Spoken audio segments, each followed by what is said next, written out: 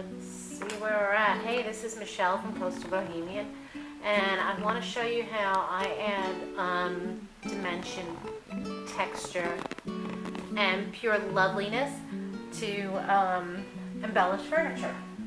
So this is a product called Texture Casting, and you can get this on my Etsy site.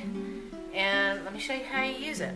So first off, you'll need a stencil with some sort of a design that you like. And what I'm working on right now is a three-panel room divider. And you'll see other pictures and things like that. Let me just show you how easy this is to work with. Okay. So you take a little bit of this product. You lay down your stencil. I'm not taping anything. That's not how I work. I am a quick and crafty person, and I don't know, I just don't have time for that. And then I'm gonna chalk paint this, and since I'm looking for this shabby chic, imperfect look, nothing really has to be perfect, okay? That's the way I roll. I don't like perfection. I don't have time for perfection is probably the real reason. Anyway, take a look at what I'm gonna do. I don't know if I'm in screen here, but so I'm just laying this on with a credit card and going back and forth to get everything in there, picking up the excess where I can, spreading it around. It doesn't have to be the same height. I need a little bit more. When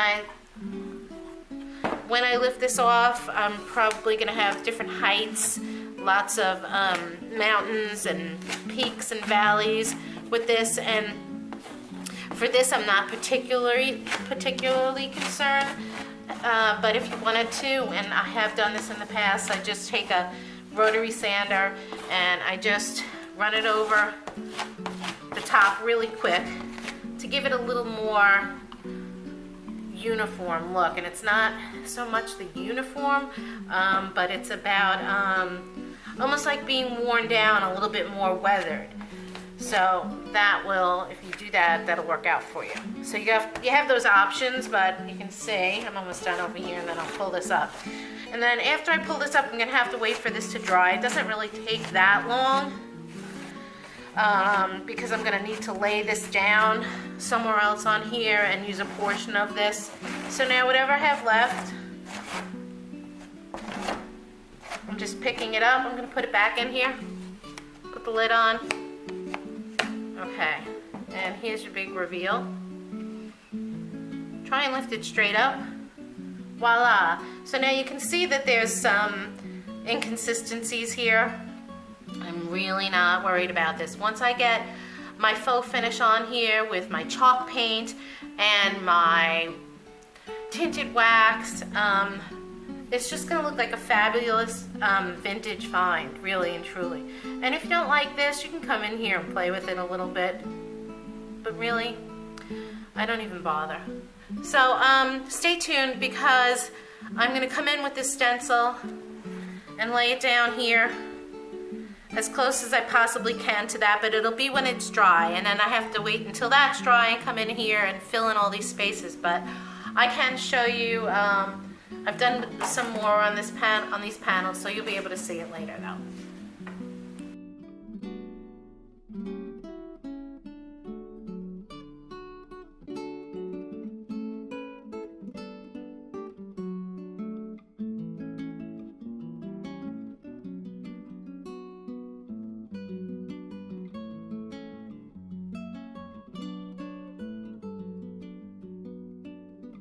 Very quickly, I'm going to show you a way that I use to make this look aged, distressed, with dry brushing. Okay, so up here, you can see the difference between that edge right there.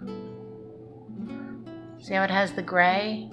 This too, but this was a bigger brush that I used to do that. But right now I'm just going to show you the edging, because it makes all the difference in the world. Okay, so what you're going to do is pick up a little bit of paint on your brush and then take a lot of it off. You really don't. I don't have a goopy mess on this brush. I just really don't want a lot of paint. See? Okay, watch this. So easy. So I'm just leaning this at such an angle that I'm pulling it down. And then if I want to get a little bit more, I would change my angle to come in a little. See what I'm saying? And then, if you want very little, you come in like that. Okay, so you can see that that's what I did all the way around and down here. And I'm just finishing it up now. Here's some more. And that's just a little distressing technique. There's no sanding involved, and you can do it to any painted piece. I tend to use a really dark gray. You can use a black. You can also use a brown so that it looks like the wood is showing through on the bottom. But it's an easy enough technique. So I'm laying the brush parallel to the piece, and it's a very, very dry brush, and I'm just picking up, I'm letting the edges pick up whatever paint is left on this brush. It's an incredibly dry brush, and you can see that the edges will pick up this paint, but you really have to make sure that you don't have a lot of paint on here. And it does give a little shadow to the background, so you can see more or less that shadow here. But from far away, it's not a big deal. It looks very cohesive to me. It doesn't look like a problem. And I think it looks good. Here we go. See?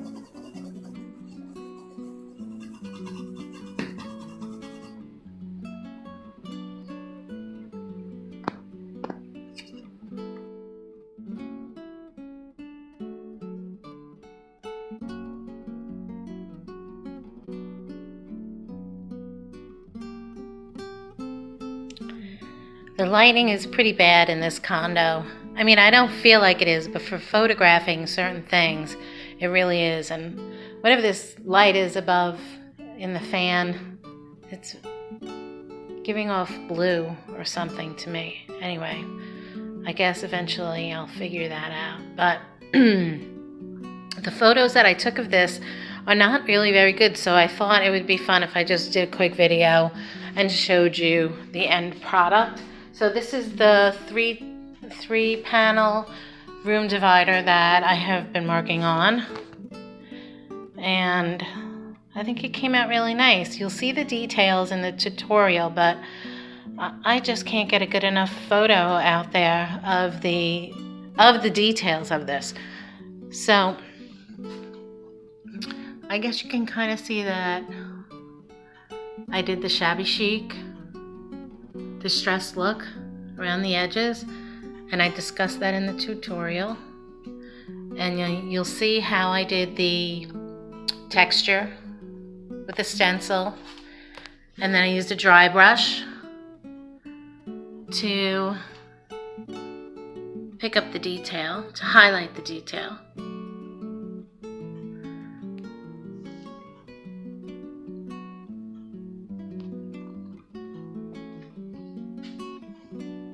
Oops, there's those shadows again.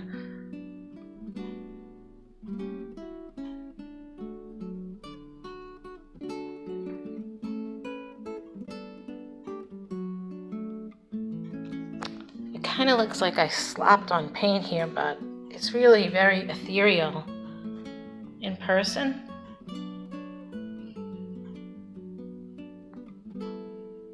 With this subtle shading.